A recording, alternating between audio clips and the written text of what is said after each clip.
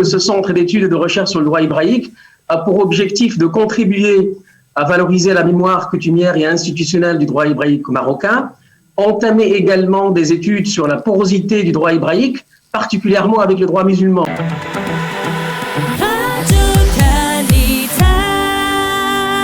Nous allons maintenant parler de relations entre Israël et le Maroc, des relations qui se sont normalisées, qui se sont officialisées au cours des derniers mois dans le cadre des accords d'Abraham. Mais nous allons en parler sous un prisme assez particulier puisque c'est un prisme qui associe culture et droit hébraïque, et ce à l'occasion d'un colloque qui va se tenir aujourd'hui et demain au Kfar HaMaccabi à Ramat Gan à l'initiative du centre d'Ahan de l'université Bar Ilan et de son directeur Shimon Ochayon. Alors notre invité ce matin, c'est le docteur Abdallah Ouzitan, qui est le président et fondateur du Centre d'études et de recherche sur le droit hébraïque au Maroc et qui est également professeur à l'Université de Bordeaux. Professeur Ouzitan, bonjour, Boker Tov, bonjour comme on dit en hébreu. Shalom, salam et bonjour. Merci d'être avec nous ce matin. Alors, la première question que l'on ne peut pas s'empêcher de vous poser, c'est comment expliquer qu'il y ait au Maroc un centre d'études et de recherche sur le droit hébraïque ? Alors, tout d'abord, si vous le permettez, juste une petite définition de ce que c'est que ce centre d'études et de recherche sur le droit hébraïque au Maroc. Ce centre de recherche est né à Essaouira, à Beit Dakira. Il est né il y a un peu plus de 3 ans et demi, et nous étions gratifiés et honorés par l'inauguration de Sa Majesté le Roi, commandeur de croyants, qui s'est déplacé à Essaouira pour inaugurer donc cet espace mémorial et complexe scientifique qui est Beit Dakira, qui abrite le centre de recherche sur le droit hébraïque au Maroc.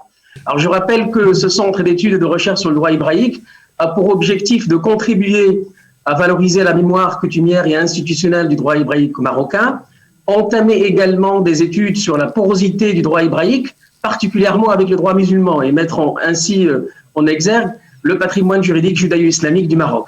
La place également et le rôle de l'influence de l'école hébraïque andalouse, puis marocaine, et enfin celle des Essaouira. Le centre se fixe également comme objectif d'honorer momentanément des juristes juifs marocains et leurs compatriotes musulmans ayant collaboré au rayonnement d'une expérience juridique inédite dans des pays musulmans. Nous nous fixons aussi comme objectif en matière de recherche étudier les interférences et les points également de contact entre le droit juif et le droit musulman, et les dynamiques bien évidemment de leurs rencontres contemporaines sont aussi au cœur de notre démarche.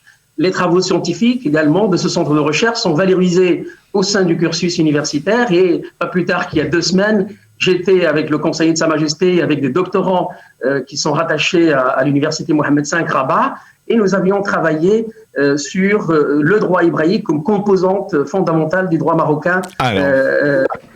Alors justement, on veut essayer de mieux comprendre. C'est-à-dire qu'il y a aujourd'hui dans le droit marocain, il y a des éléments qui sont tirés du droit hébraïque ?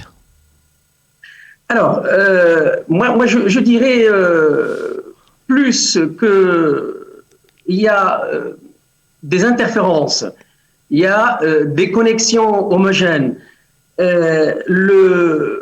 La priorité, il y a ce qu'on appelle la porosité entre le droit hébraïque et le droit musulman.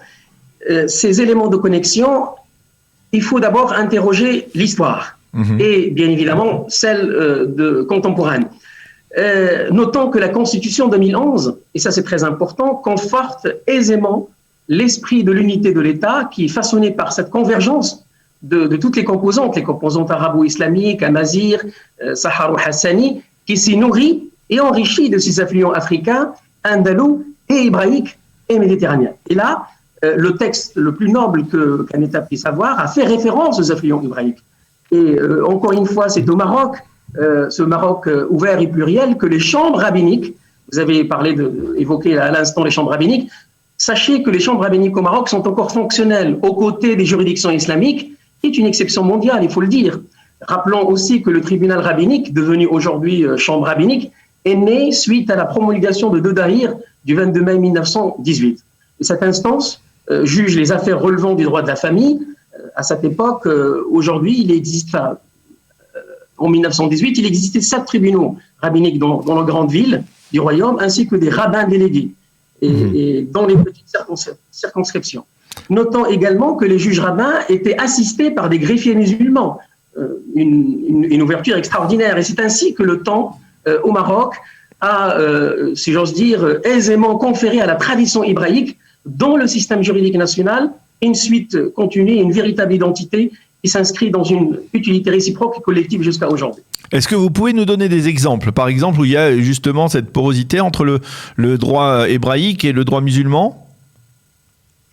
Alors, cette porosité, elle s'exprime d'abord dans l'existence de ces chambres rabbiniques. Je rappelle que le juge rabbin dispose du statut de fonctionnaire comme son confrère musulman. Et sachez que le juge rabbin, quand il rend le jugement, il le rend au nom de Sa Majesté le Roi. Et donc là, c'est extraordinaire dans un pays musulman avec des chambres rabbiniques du roi hébraïque qui font référence, bien évidemment, au patrimoine, bien évidemment, à l'histoire. Et donc, c'est cette porosité, c'est cette place fondamentale qu'occupe le droit hébraïque au sein des juridictions nationales qui est, à mes yeux, extrêmement importante et bien évidemment qui retire sa légitimité de l'histoire. Nous parlons au Maroc et à Essaouira de plus de 3000 ans d'histoire, plus de 3000 ans où l'esthétique juive, l'identité juive s'est nourrie de l'islam, et l'islam se nourrit également aussi de cette identité juive. Alors, comment vous expliquez que le Maroc soit un cas si particulier dans le monde arabo-musulman, dans sa relation justement avec le judaïsme, dans sa relation avec le droit hébraïque? C'est ce que vous venez de nous indiquer, c'est tout à fait exceptionnel et c'est tout à fait unique, on va dire, dans le monde aujourd'hui, surtout aujourd'hui, où il n'y a quasiment plus de juifs dans le monde arabe. Comment vous l'expliquez? Alors, quand on veut comprendre le présent, il faut toujours interroger l'histoire. Et je rappelle que c'est sur le sol du royaume du Maroc, encore une fois, que la présence juive est attestée depuis au moins le IIIe siècle avant Jésus-Christ, notamment à Volubilis, une cité antique et romaine abandonnée par ces derniers aux alentours du IIIe siècle. Et les Juifs étaient le premier peuple non berbère à s'installer au Maghreb. Et sur ce même sol, encore une fois, le royaume du Maroc, que les Juifs ont retrouvé aussi un sens à leur destin. C'est aujourd'hui d'ailleurs le nôtre, parce que c'est une histoire commune et c'est un patrimoine commun que nous partageons. Et c'est au Maroc en 1950 où plus de 250 000 âmes juives sur 10 millions vivaient aussi en harmonie avec leurs compatriotes musulmans. Et vous l'avez dit, dans ces temps de repli, dans ces temps incertains, la mise en lumière de ce patrimoine, de la place centrale qu'occupe le royaume du Maroc, dans la promotion des valeurs de tolérance et d'ouverture, auxquelles notre souverain, le roi Sa Majesté Mohammed VI, est intimement lié, s'avère plus que jamais nécessaire. Et le royaume lance un signal extrêmement fort en manifestant à chaque fois sa capacité à demeurer un véritable espace d'échange et de savoir, en mettant en avant bien évidemment cette pertinence et cette richesse de son patrimoine pluriel. Et il y a des exemples bien évidemment qui sont importants. J'ai parlé tout à l'heure de Beit Dakira qui a été inauguré par Sa Majesté. Beit Dakira s'inscrit pleinement, qui était d'ailleurs, je le rappelle autrefois, un tribunal rabbinique, s'inscrit pleinement dans la dynamique insufflée par Sa Majesté et l'intérêt particulier que le souverain ne cesse d'accorder au dialogue des cultures et des religions. Le Maroc a fait, je dirais même pas un effort, parce que c'est d'une manière spontanée et naturelle, parce que c'est notre patrimoine, qu'on soit musulman, qu'on soit juif, la réhabilitation des lieux de culte, la réhabilitation des cimetières, la réhabilitation des synagogues, ce patrimoine qui est préservé et qui porte haut en fait et qui scelle cette préservation de cet élément qui mérite bien évidemment d'être connu et préservé. Et c'est pour cette raison d'ailleurs que plusieurs accords, moi-même en tant que président fondateur de centre de recherche, que nous avons signé avec le ministère de la Justice, avec le ministère de l'Enseignement supérieur, le lancement de clubs de coexistence dans la diversité, toutes ces dynamiques nous réconfortent et confortent ce patrimoine, je le dis encore une fois, et cette identité juive marocaine. Et cela remonte bien avant, on va dire, les accords d'Abraham. D'une certaine manière, les accords d'Abraham sont venus pour officialiser un état de fait qui existait depuis longtemps. Tout à fait, je confirme. Et d'ailleurs, moi, dans mon langage, j'utilise plus la reprise des relations diplomatiques entre le Maroc et Israël. Alors, votre passage à Tel Aviv, vous êtes aujourd'hui à Tel Aviv, votre passage à Tel Aviv va s'accompagner de rencontres avec des spécialistes, on va dire, du droit hébraïque. Dans le cadre de ce colloque, qu'est-ce que vous en attendez de ce colloque du Centre d'Ahan ? Écoutez, d'abord, c'est historique. Il faut avoir cette responsabilité, cette lucidité de le rappeler. C'est la première fois qu'une délégation d'universitaires marocains se déplace à Tel Aviv après plus de 20-25 ans. Déjà, c'est un geste d'amitié et en même temps, bien évidemment, c'est un partenariat qui sera consolidé avec l'Université de Bar-Ilan, avec le Centre de recherche sur le droit hébraïque. Nous allons travailler sur des aspects de normativité dans l'espace méditerranéen, nous allons travailler sur la culture hébraïque, nous allons travailler sur le droit hébraïque, et pas que l'aspect juridique, bien évidemment, l'anthropologie, la sociologie, surtout la compréhension en fait, de ce patrimoine, et essayer de le rendre... de le préserver et de le rendre beaucoup plus lisible pour ceux qui ne connaissent pas cette exception et cette relation qu'a le Maroc avec son patrimoine, qui est le patrimoine juif. Nous allons bien évidemment, tout au long de ce colloque, il y aura la philosophie de notre démarche, qui sera question bien évidemment, qui sera analysée. Il y aura, vous venez de le dire, des spécialistes du droit hébraïque marocain. Mais nous allons encore beaucoup plus loin, c'est porter cette voie de la sagesse, cette voie de la lucidité, de la responsabilité qu'a le Royaume du Maroc, et cette voie, elle sera dite et réaffirmée et confirmée depuis Tel Aviv.